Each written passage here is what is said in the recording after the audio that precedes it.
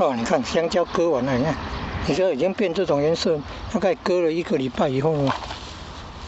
然后这个茎啊，还可以用圆锹把它挖碎，然后放在大的塑胶桶，这样可以做液态肥料。你看那个液体颜色，如果黄黄的，那就是有酵素。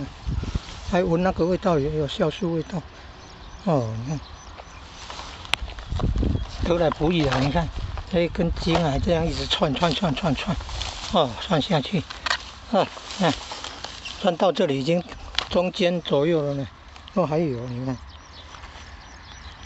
哦，有的哈，有的用圆锹从中间切，挖几次，然后它就会倒，它不要全倒，控制一下，然后不要让香蕉掉到水沟里，然后把它拉到比较安全的地方，不要那个成熟的部分撞到地面烂掉，要注意那个角度啊。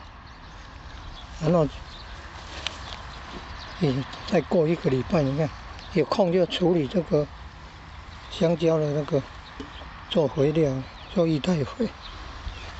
在外国，你看人家切断以后，就把它挖进去，像一个锅子容器一样，然后用保鲜膜盖着，说好像隔天呢，就看到有产生那个像椰子水那样清清的水液体，那是不是可以直接喝呢？最好避免直接喝，怕不卫生。